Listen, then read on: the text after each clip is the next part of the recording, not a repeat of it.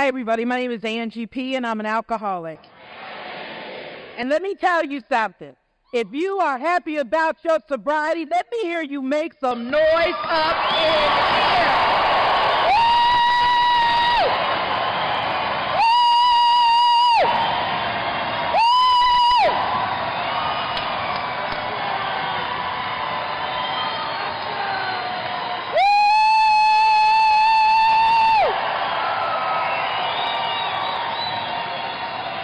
That's what I'm talking about. Like Dane said, if you're not finished with your nap, you're finished with it now.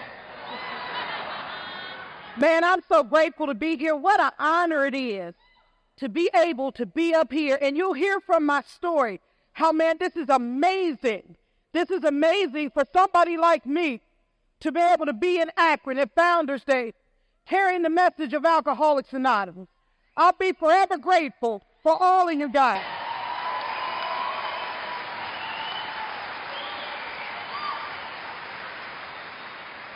I want to thank the committee for having me here, and I really want to thank the people from Cincinnati and Northern Kentucky who came here to support me, man. I love you, man. I'm so glad you guys are here. I got to thank my friend Jack C. And you guys, I'm sure some of y'all have heard him. This man is just off the chain, and I love him to death. My friends from Chicago. Well, I'm so glad to see y'all. I don't know what to do. Man, this is it right here. I don't know about y'all, but it don't get no better than this right here. If I die tomorrow, I'm cool with that. I'm cool with it.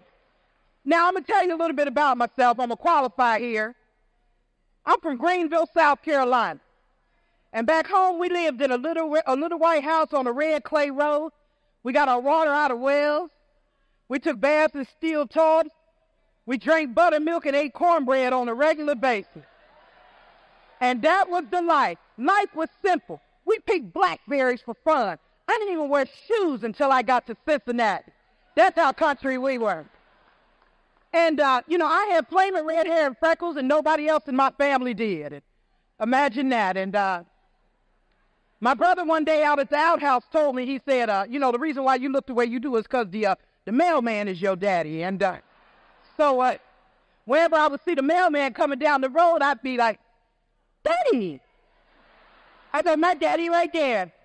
And he would put his arms around me and tell me how cute I was. And thank God for the Big Book of Alcoholics Anonymous' sponsorship. That turned out to be a little pattern for me, actually. You put your arms around me and tell me how cute I was. We were basically married at that point. And, and 6 months down the road, I'm going, what's your last name again? You know what I mean? And then some of you ladies, some of you men too, while I'm tripping. But so I'm from a family of Baptist ministers, and my father got transferred to Cincinnati, and so he was traveling back and forth and found himself a little girlfriend, and he brought us to Cincinnati, and that left my mother to raise my brother and sister and myself. And I must tell you that when I first got to Alcoholics Anonymous, my mother was my biggest issue. If she would have just treated me the way she treated my brother and sister, I would not be in this predicament at a meeting of AA talking about I'm an alcoholic. See, it was my mother's fault. But I must tell you that my mother struggles with mental illness. And because of the way that we were raised religiously, she doesn't believe in taking medication. And I'm going to tell you something. It's one of the hardest things that I've had to watch. And one of the hardest things that I've had to deal with, because I always believed that my mother would be of sane and sound mind for the rest of her life. But let me tell you something, Alcoholics Anonymous. You guys were the ones that taught me how to love my mother, how to quit expecting things for her, and understand that she came into this world with her own set of problems that don't have anything to do with me. It's easy for me to go to Alcoholics Anonymous and sit in a meeting and shake hands and empty ashtrays. But can I go home and be with my mother and listen to her abuse? Can I do that? Can I work the program of Alcoholics Anonymous in my home? You guys taught me that. But I called my mother before I was coming to talk, and I said, Mama, I'm up here in Akron now. And she said, oh, Lord. She said, I guess they want to hear you this time, too, don't they? I said, Mama, they seem to like what I got to say. Well, I've been in your life for almost 50 years, and I too much don't care what you have to say. So I'm really thankful for you, Alcoholics Anonymous, that that you guys are relatively happy when you see me. I thank you for that. So my mother decided, because my mother cleaned bathrooms for a living, so she decided that she wanted us to have the best of education. It was real important in my family that we not say the word ain't. We had to speak perfect English. She sent us to Catholic schools. So now I had a flaming red afro, freckles on my face, a white blouse, a plaid skirt, bobby socks, and black and white Spaldings. And it didn't look normal. You know what I mean? It didn't look normal. And I accepted that when I looked in the mirror, I looked different than everybody else I saw. But I'm at this Catholic school, and I'm doing the best I can. This girl named Squeaky. Squeaky was like 6'10" in the 5th grade, right? So she had brought her little posse to, got them together after school, and they stoned me on the way home from school, right? So I ran in the house, and I told my mother, I said, whew, I'm glad I made it in the house. Squeaky was about to kill me. And I knew whenever my mother sounded like this that we was going to have problems. She said, Angela, at some point you got to learn how to take care of yourself. So I want you to go out there and you stand up to Squeaky. I said, you want me to do what? She said, you go out there and you stand up to Squeaky, or you stay in here and get this butt whooping that I could get. And I already knew what hers felt like, and I only knew what Squeaky's appeared to be. So I went out. We lived in the project, so I went out to the parking lot where we had most of our duels. And I walked up to her, and I said, my mother said I'm supposed to fight you. And she said, well, come on then. So I balled up my fist, and I closed my eyes as tight as I could. And I knew I had to reach up, right? So I squinted my eyes, and I said, oh, I got her right here, y'all. It was the happiest day of my life. It was the happiest day of my life. But I need to tell you that Squeaky didn't budge when I hit her. So I looked at her and I said, you get ready to kill me, ain't you? And she did. She gave it a big beat down. But I got this thing called alcoholism that helps me remember what I should forget and forget what I should remember. And what I forgot was that she almost killed me. What I remember was that I hit her. And from that point on, I became a boxer. Oh, listen, I fought every opportunity I got. When I got sober in Cincinnati up at 405 Oak Street, I tell everybody, I got a sponsor, right? White woman. I told her, hey, sister, you need to check my track record. I've hurt people. I have hurt some people. And you get those sponsors that just kind of answer you and go, I'm scared. You know what I'm saying?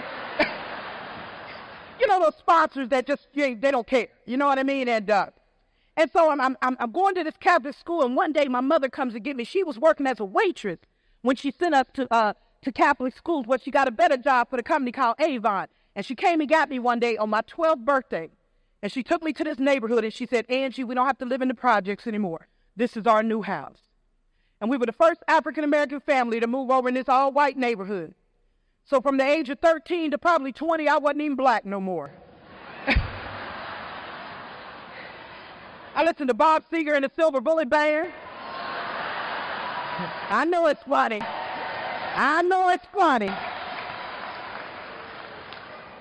My favorite girl group was Heart. First concert I ever went to was Led Zeppelin, 1979, baby. Right, but I have to tell you this. I was at the Ted Nugent Foreigner concert one night, right? Foreigner was singing Feels Like the First Time, man. Oh, that was my song for a long time. And I don't care where I saw Foreigner at, man. When they broke out with, I have waited a lifetime. Man, and back in them days, we had our own air guitars, so we would be like, what the...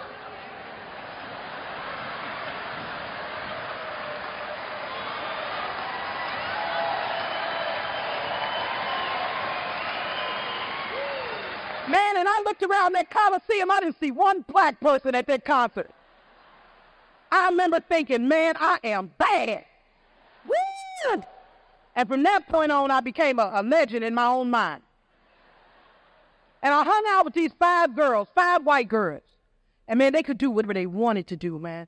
I remember I was at my friend Rebecca's house. We were down in the basement, and Rebecca's mother called a family meeting. I'd never heard of it. Never heard of a family meeting. But her mother called downstairs. She went, Rebecca? That's my white woman voice. Rebecca?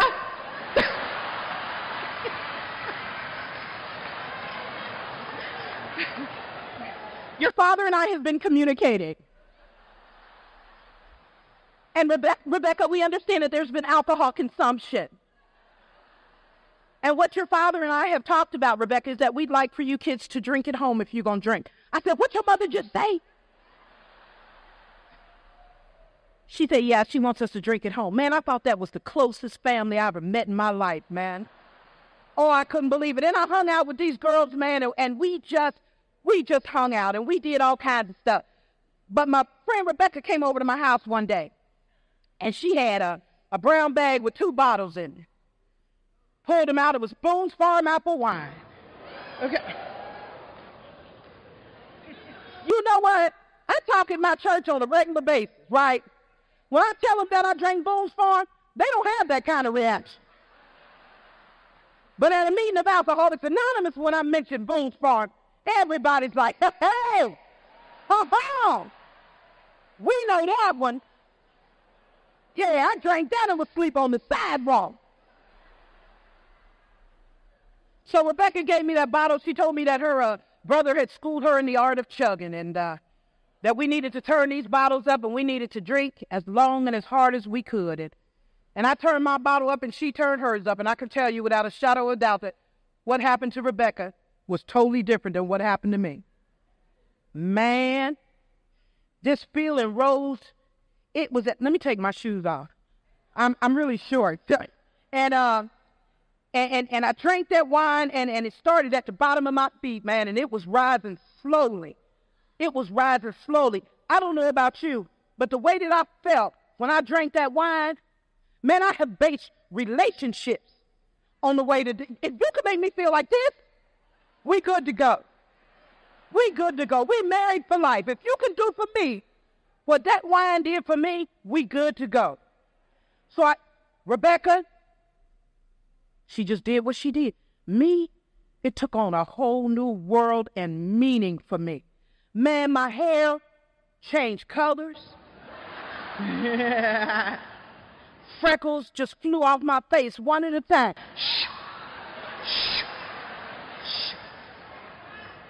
And man, I was the happiest girl alive. And I'm going to tell you something about this alcohol. When I drank that night, I knew without a shadow of a doubt that I was going to drink every opportunity I got.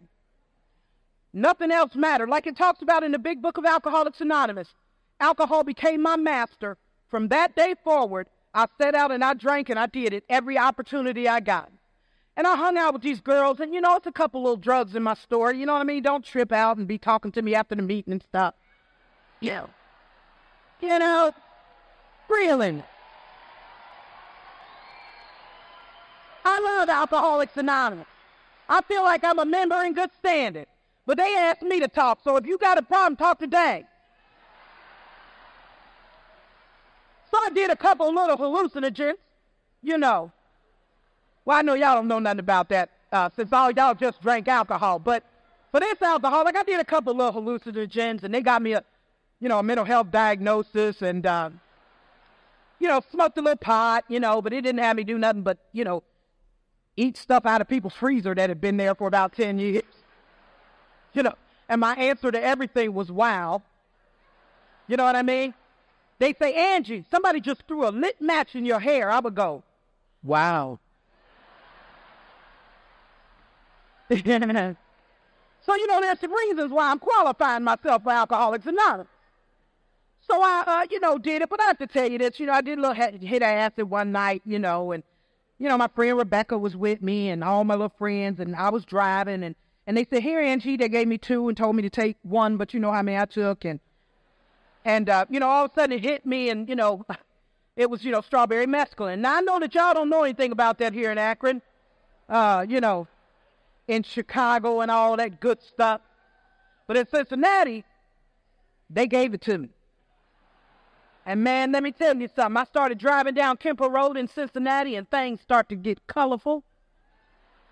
The car seemed as if it was just floating right along. The birds was flying low and waving. You see?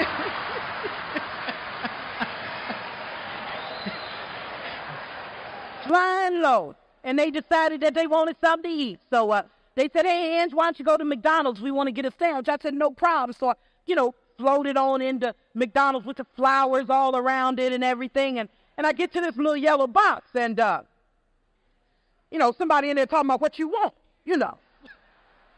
Kept on asking me over and over again, get ready to ruin my bug. See what I'm saying? What you want. See, and this is when it went from a good one to a bad. So he's steady yelling at me. What you want? What do you want? What do you want? Welcome, welcome. What do you want? I said, nobody. What do you want?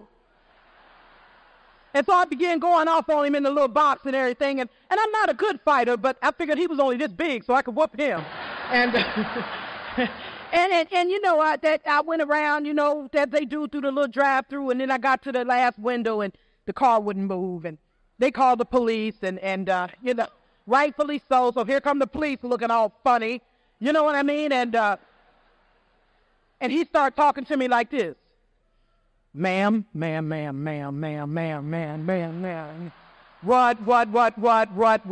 is the problem, ma'am? And I said, you know what, officer? You may as well just go ahead and put the handcuffs on me, cuz. And that was my first experience with the judicial system. And I'm going to tell you something. My parents, they called my parents from jail, and they said, yes, we have your daughter Angela down here. And my mother said, well, make sure she stays warm, and hung up. Some people had enabling parents. I didn't have enabling parents. My mother told me, you know what? You want to live that kind of life? That's fine. We got other kids to raise. And I'm going to tell you something. I began to hang out, and I began to do the stuff, and I had this thing, I'm drinking on a regular basis. I'm drinking stuff that just didn't make any sense to me. You know what I mean? But I drank and I drank. If you're an artist like I am, you kind of wait for the day when somebody discovers you. And my dad had got me a job at a recording studio, and I was in the bathroom, and I hit my best Whitney Houston note. And all of a sudden, I step out the bathroom, and it's a tall brother standing there. He said, excuse me, was that you singing? I said, yes, sir. As a matter of fact, it was. And he said, I can make you famous. I said, for real? He said, yeah, I can make you famous. All you got to do is come to Las Vegas with me. What? No problem.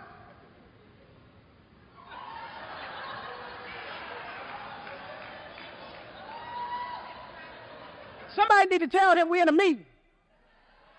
So look. So he tells me, so I go home and I call a family meeting, right? Because I'm getting ready to go make my first Grammy in Las Vegas, Nevada. So I go home and I called and I said, we need to have a family meeting. My mother said, what the?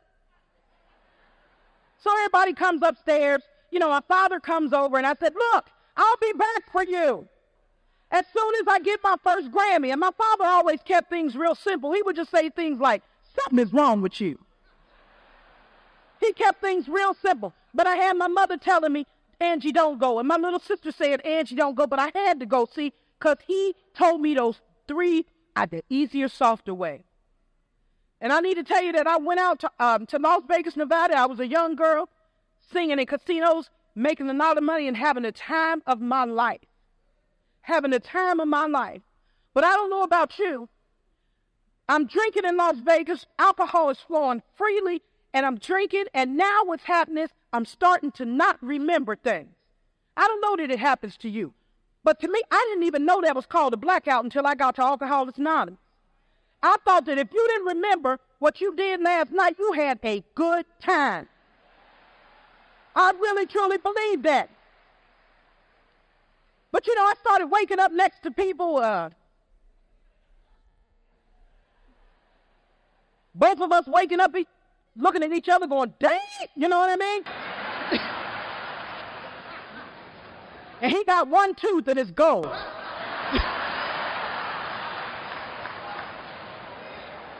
See, there's some reasons why I continue through this recovery process, because that's the kind of stuff that happens to me when I drink. So I'm out here with this gentleman. He's got his own affliction. And I began to do what he was doing, and I'm drinking at the same time, and I'm starting to get blacklisted in Las Vegas. I can't get a job because, see, I didn't hear until I got to Alcoholics Anonymous that the first drink was the problem. I never heard that. You know what people told me? People said, Angie, just stop at 2. Don't drink 5. Drink beer. Drink light beer. You know what I mean? That's what I heard. I didn't hear until I got to AA that the first drink was the problem.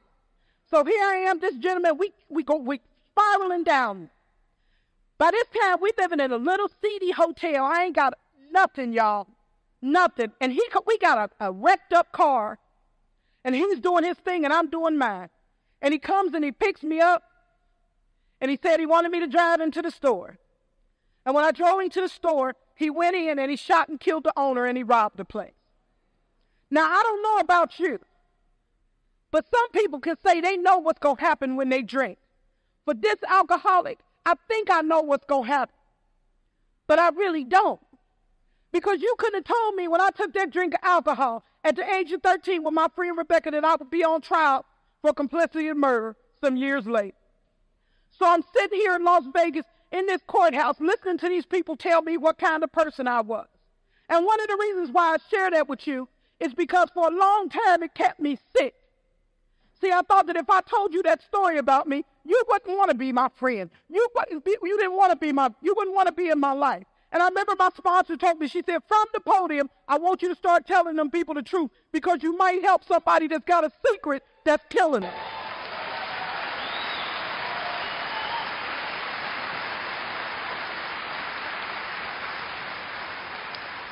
And if you're new in the room, get yourself a sponsor and start working these steps so that you can free yourself. Because I need to tell you, I spent many years of my life in prison, but ain't nothing worse than being locked up in the bondage of self, man. That's the worst, man. That's the worst. And so we go to trial. This gentleman is still in prison as we speak. And here I am at Founders Day.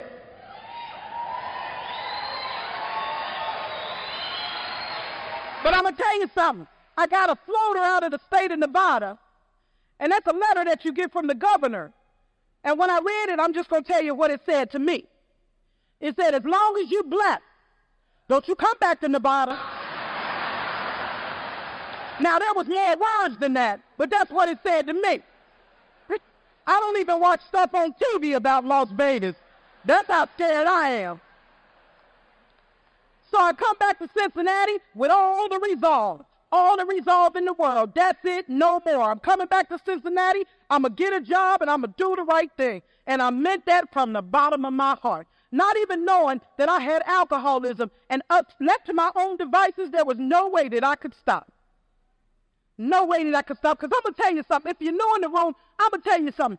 Every time I said I wasn't going to do it no more, I meant it from the bottom of my heart. But I had no idea that I had alcoholism, and it dictates and manages my life. It dictates and manages my life. And I'm going to tell you something. I had no idea. So I come back to Cincinnati. A long time ago in Cincinnati, you could get on the Sunday bus. It was called Sunday Pass Ride. And you would get on the Metro bus ride all over the city. Boy, me and my brother and sister did that one day, and we got to downtown Cincinnati to the corner of Liberty and Vine. And boy, I looked over there. There was a little restaurant over there. Pimps, Cadillacs and Lincolns, prostitutes. And I remember my little sister said, boy, you couldn't pay me to go over there. And my brother was like, shoot, me neither. And I remember thinking, I'm going over there tomorrow. So I started taking the number 20 bus, riding it all the way downtown, hanging downtown in Liberty and Vine with the gangsters. With the gangsters. Drinking and sitting in bars like Sealy was in the juke joint on The Color Purple. You see, grinning widely and drinking wine. That's what I was doing. And man, people were coming in there and they were shooting each other. Man, it didn't get no more exciting than that. If they wasn't shooting me, I was good. But as long as they were shooting each other, no problem. And I started hanging out downtown Cincinnati. I hung out with these 3 guys, no neck, greasy feet, and tie-dye. And I'm going to tell you something, I thought these guys was geniuses.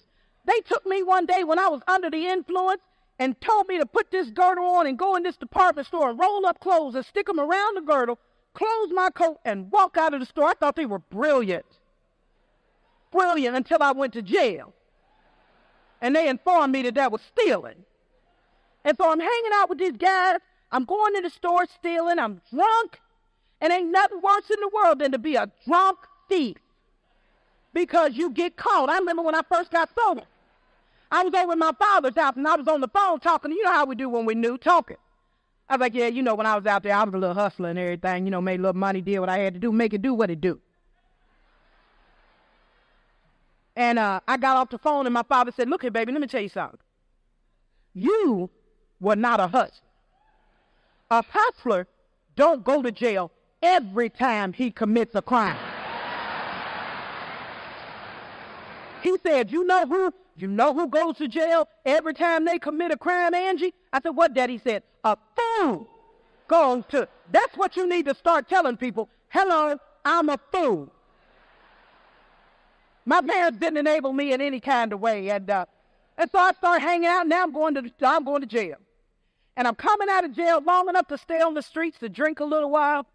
And then I go back to jail. And one day I go to jail. They give me a physical, and I find out I'm pregnant. And I'm headed to the Ohio Reformatory for Women with a 7 to 25 with a child born on the inside. And I'm going to tell you something. The only thing that kept me from losing my mind was the fact that I would rub my stomach and I would tell my baby, this is it. I'm not going to do this no more. This is it. And I meant that from the bottom of my heart. I had to call my mother because the warden came to me and he said, you need to find some place for this baby to go because of the amount of time that you're doing. It'll become a ward of the state. And by this time, my parents had kicked me to the curb. They didn't want nothing to do with me. And I had to call my mother. And I said, Mama, I need y'all to come to the penitentiary and get my son. My mother said, Angie, you got a baby. I said, yes, ma'am. And I need you to come and get him. And they did just that. They didn't stop to see me. They had nothing to say to me. But they said that that child did not deserve. We'll take her. And they came and they got that baby, and I watched them through a slit like this come and get my child. And I remember y'all from the bottom of my heart, man, saying, I'm going to get my act together. And I meant that from the bottom of my heart. I meant it. When I got my freedom, my son was 4 years old. All the way down 71 South. That's all I could think about was my son. All I could think about. I can't wait to see my child. I can't wait to see my child. I get to the Greyhound bus station and suddenly the thought crossed my mind. If you're new in the room, it's more about alcoholism. Suddenly the thought crossed my mind that surely one drink ain't going to hurt me. As much as I loved and wanted to see my child, surely one drink ain't going to hurt me. And the next time I saw my son, he was 10 years old. See, I don't know if you know about the powerfulness of the disease of alcoholism, but I know that when I put alcohol in my system, what happens to me? I got plenty of plans. I meant to go see my child, but what do I say to my family? What do I say to the people that's got my child? I was drinking. That wouldn't fly. So you know what I did? I did what any good alcoholic would do. I act like it didn't exist. And I kept up drinking. And I'm going back and forth to the penitentiary. I need to tell you that by the time I got done with my last penitentiary bit, they sat me at the parole board and they told me that I was institutionalized. They said, you will die in an institution, Angie. But thank you for Alcoholics Anonymous. Because you guys told me differently. You said if you do what we do, you can get what we got. You didn't care whether I had been in the penitentiary. You stuck with that tradition that said the only requirement for membership is a desire to stop drinking. And if you got the old transcript, it says an honest desire to stop drinking. And that's what I had. So I get out of jail. They let me out one time. And I get pregnant again. And I need to tell you that I drank alcohol through my whole entire pregnancy. I didn't have one day of prenatal care with my daughter. And I'm not proud of that. But that's what alcoholism did to me. I drank through my whole pregnancy. But I knew I was going to give her up for adoption because I couldn't take care of her. And when I got sober, the biggest lie I told my sponsor was that I gave my daughter up so that she could have a better life. That is not true. I gave my daughter up because I knew that I could not continue to live the lifestyle I was living if she was with me. Alcohol had become my master, and that's all that mattered. So I meet this couple. See, I'm a believer in angels. So I meet this couple who say they open up a restaurant. They're opening up a restaurant in Bloomington, Indiana, and asked me if I wanted to go. I said, I'm giving my baby up for adoption. And they said, you can work at our restaurant. And my daughter was born. The family was pissed.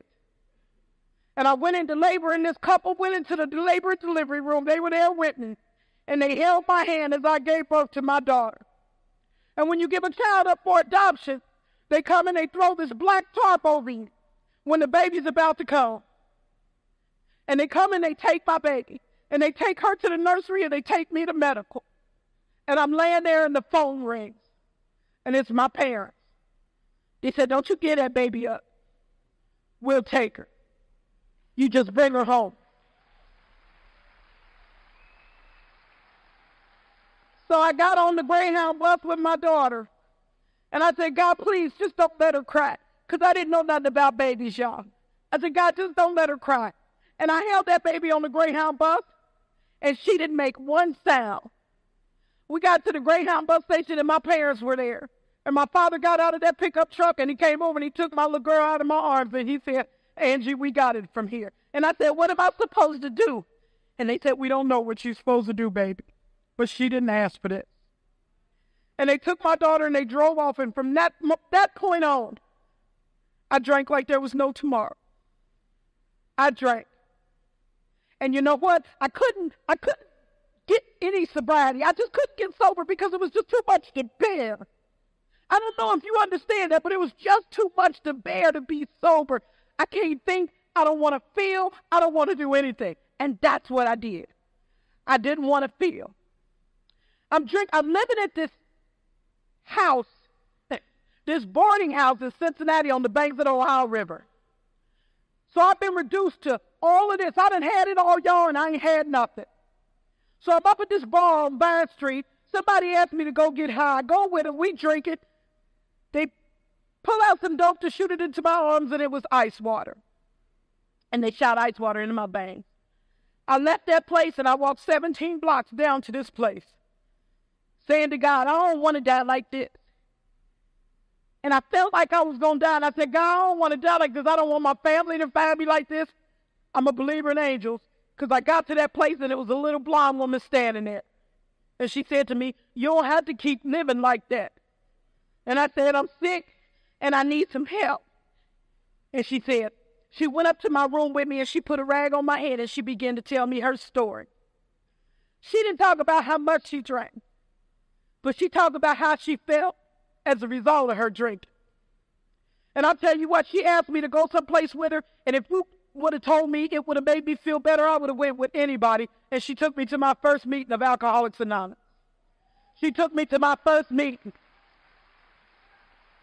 And I must tell you that I have not seen that woman since that meeting.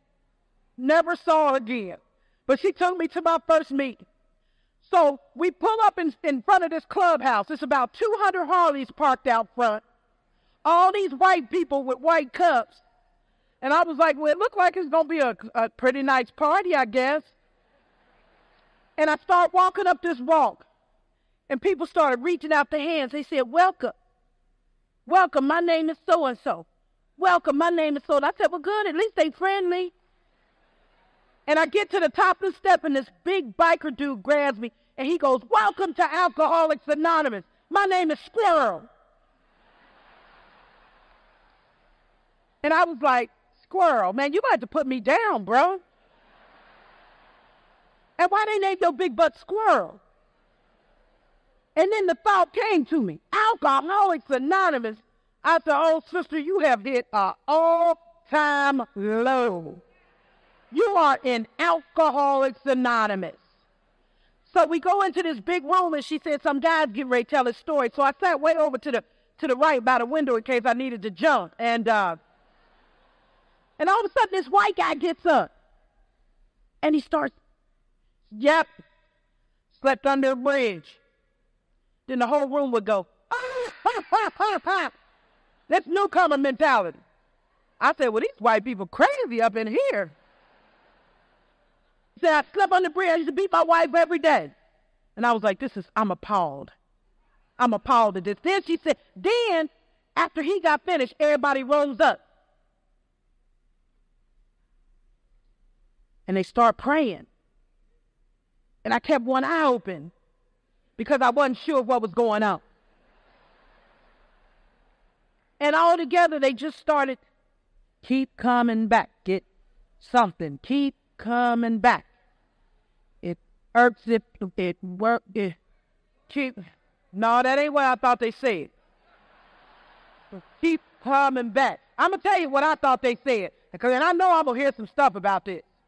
But I thought they said, keep coming back, it squirts if you jerk it. That's what I thought they said.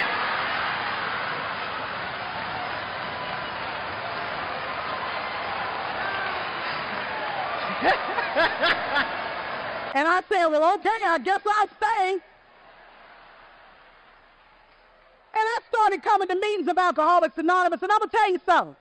I came to meetings of Alcoholics Anonymous never really thinking that I was quite like y'all. Now, I know I had some issues, but the big A word, I wasn't sure about the alcohol. So I'm sitting in meetings and militant, and, you know, everything's because I'm black. And I'm at the coffee bar one day, and they wouldn't give me my coffee in time. And I just stood at the coffee bar. I said, it's because I'm black, ain't it? That's why I can't get my black coffee. Why I got to drink my black coffee out of a white cup? Why I can't drink it out of a black cup? And my sponsor was with me, right? She's a white woman from England. She goes, would you sit down? I said, no, I just got to let them know we ain't going nowhere. We in here for the long haul. So all of a sudden, here comes this little white girl up at the podium. Before I came to Alcoholics Anonymous, I really didn't like black people. But now, thanks to God and the steps and relentless sponsorship, I do. So I stood up and I was like, well, we ain't going nowhere, baby. Why to the people? Freedom! Freedom! My sponsor said, would you sit down? I said, well, you know, why me and you talking about it? Actually, I might need to tell you a little something that you're going to have to be a little special with me, you know, with civil rights and all, and my ancestors picking cotton. She goes, oh, really? Who do you know that picked cotton? I said, well, I don't know nobody personally. She said, until you do, I don't want to hear that from you.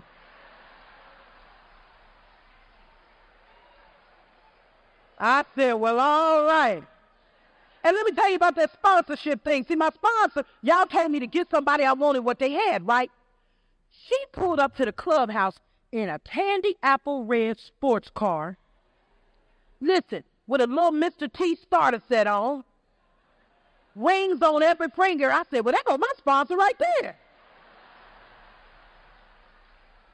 So she was walking up the walk, you know, all happy. You know how happy alcoholics walk, you know what I mean? And she said, grateful, grateful, grateful. And so she, so she comes up the steps, right? She coming up the walk. I jump in front of her. I said, hey, white lady, would you be my sponsor? She says, I'd love to be your sponsor. I said, can I drive your car? She goes, oh, my goodness, keep coming back. And keep coming back. And like I said, I stayed around AA for a little while, and, you know, then they start coming to AA with this little, you know, crack problem, and, you know, then I got all, you know, bothered and stuff. And I was sitting at Oak Street, and suddenly the thought crossed my mind that I had been in AA long enough, and, you know, somebody really needed this seat. So y'all were talking about God using you as an instrument. I said, you know what? I bet you God using me as an instrument, too. He want me to go find some black people and bring them into AA. So I go to the Wednesday night 8:30 meeting because I said since I was coming, then surely you would want to know if I was leaving. So they asked if it was any AA announcement. And the old timer goes, yes, Angie. I said, I'm going to roll on up out of here. Thank you for the real thick book and everything, and keep coming back and living that live. But I'm going to roll on out of here. Guess what this old timer said? You know how sensitive they are, right? He goes, well, get out of here then. There's people trying to stay sober. We'll see you if you make it back. I was like, oh, dang, Mr. Old Timer. Okay, bye. And I took my big book and I went outside and I went down to the number 43 bus. And I said, the first black person I see that look like they drunk, I'm going to carry the message of Alcoholics Anonymous. So I get on that bus and boom, here come a brother. Drunk as he want to be. I slid over next door. I said, look here, brother, you been drinking? He said, yeah, I had a little something. I said, look here, brother, you might be an alcoholic. So he started cussing me out and stuff. And I told him, I said, you know, the people at the AA club told me that you would probably react like this to my information.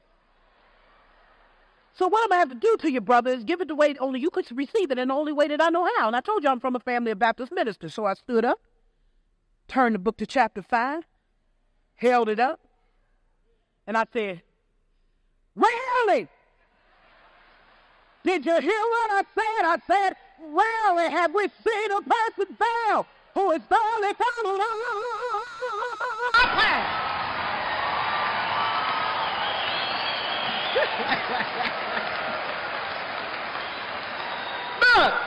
I said, those who do not recover are those who are constitutionally incapable of being honest with themselves.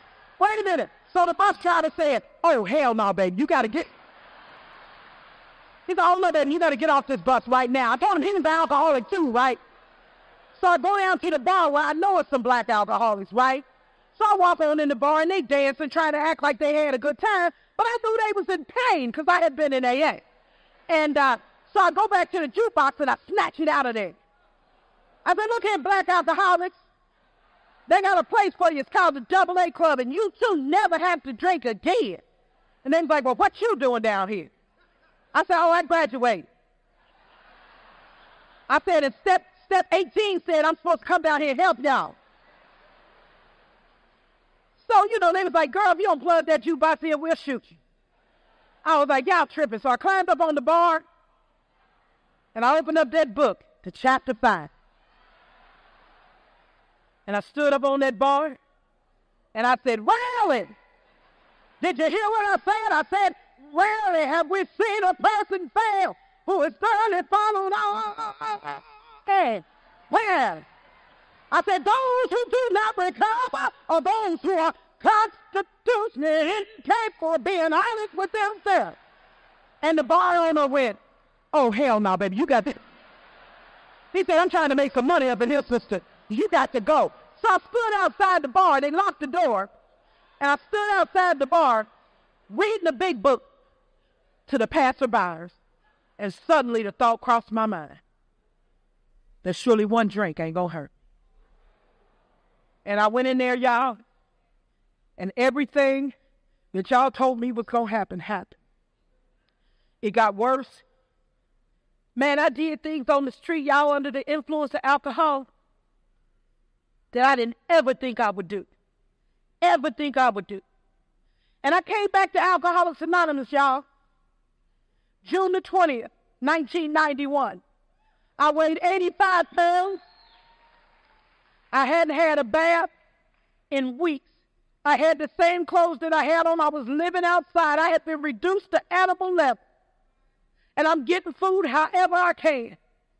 But I'm going to tell you something. I went to that clubhouse and I walked back to that coffee bar, and that old timer was in there.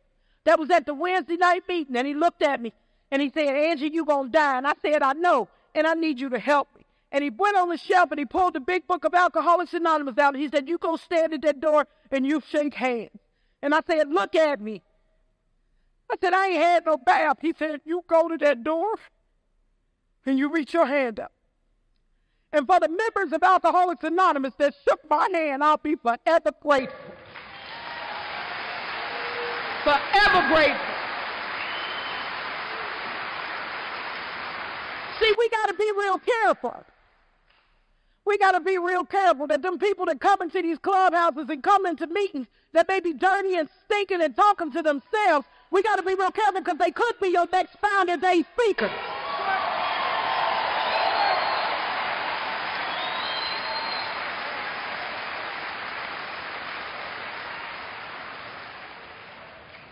And I came back on into Alcoholics Anonymous.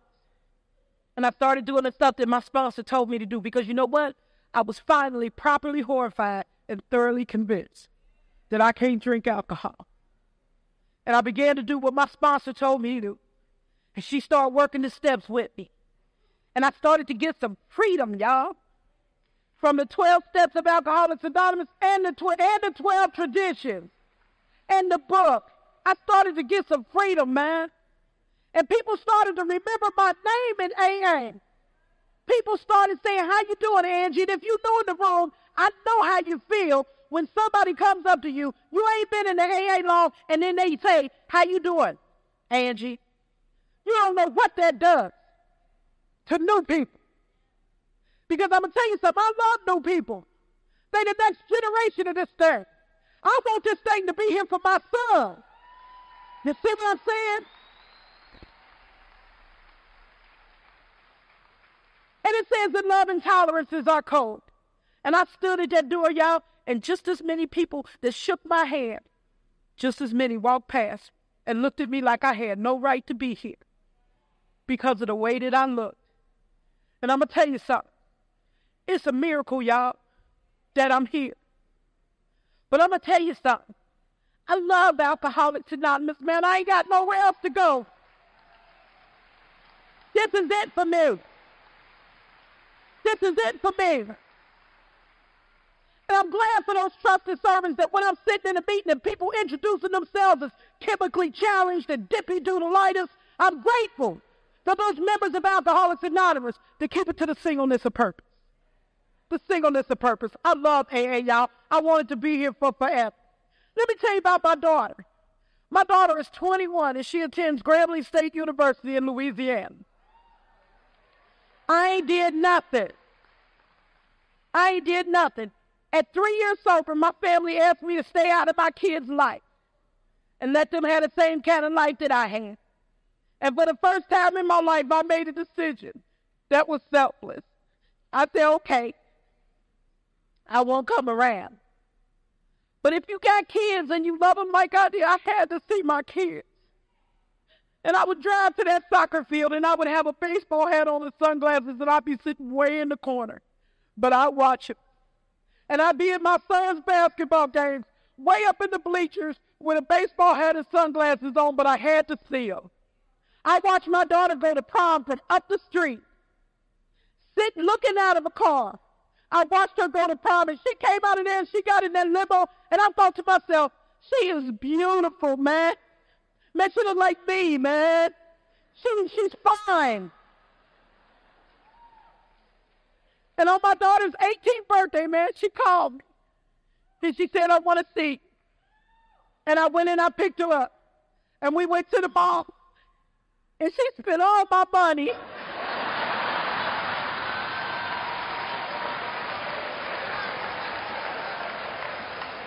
She spent every dime I had. And then I realized after I talked to my sponsor that I should be a little more specific in my prayers, saying that I want to see my kids and I'd like to have a little change in my pocket afterwards. And I'm going to tell you something, this is amazing things about kids, man. Because I went and picked her up, we went to the mall, and on the way home, man, she had her head on my shoulder. And she said, Angie, you don't drink no more. I said, no, baby, I don't drink no more. And she said, you doing all right? And I said, I'm doing good. I said, I'm in Alcoholics Anonymous, and I'm just working on staying sober one day at a time. And she said, well, I don't want to create no problems between you and the family, but I wanted to see you. And I was able to make amends to my daughter and tell her every single day that I thought about her and that I got this thing called alcoholism, that as much as I love her, it won't let me get to her as much as I love her. Oh, yeah. And she's dating a white guy. And I don't care who you are. You hear that news, you got something to say about it. But he's a good guy. He's a good guy. He's a good guy. And I got a son who's in prison, who's in jail as we speak. And I thank God for the program of Al-Anon. Because every day I want to go get my baby out of jail. But my sponsor said, you can't go get him, Angie. You know why? Because you be going to get him to make yourself feel better. And that's why that ain't what this is about. And so you know what? Thank God for the people in Alcoholics Anonymous that take AA to jail. Because my son wrote me and he going to meetings, man. You know? He doing his thing. You know what I'm saying? I'm just grateful to be sober, y'all. I'm grateful that the committee would ask me to come here and do something like this. I couldn't even read when I got to AA, y'all. Thank God for the 530 Big Book meeting. Thank God for the members of Alcoholics Anonymous that when I sat at meetings and everybody else was getting irritated because I couldn't say words right, thank God for the trusted servants who told me what the word meant and spelled it for me.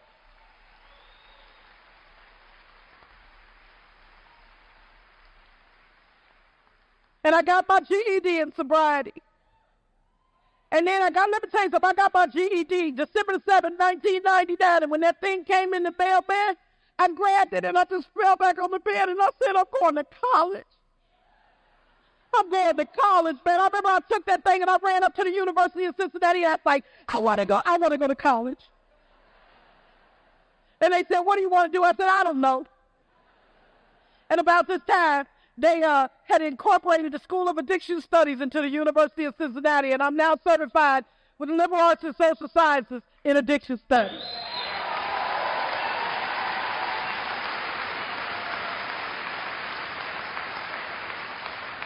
Man, God has been so good to me, y'all. God has been so good to me. And I just have to say, man, if you're in the room, man, stay here. In spite of what your mind tells you, stay here. Hook up with some people who can keep you accountable. Thank God for my friends in AA, man. Thank God for the friends that I've met all across the country. After I spoke at the International Convention AA, my whole life changed, y'all. And I got to go places, and I still get to go places that I only saw in magazines, carrying the message of Alcoholics Anonymous.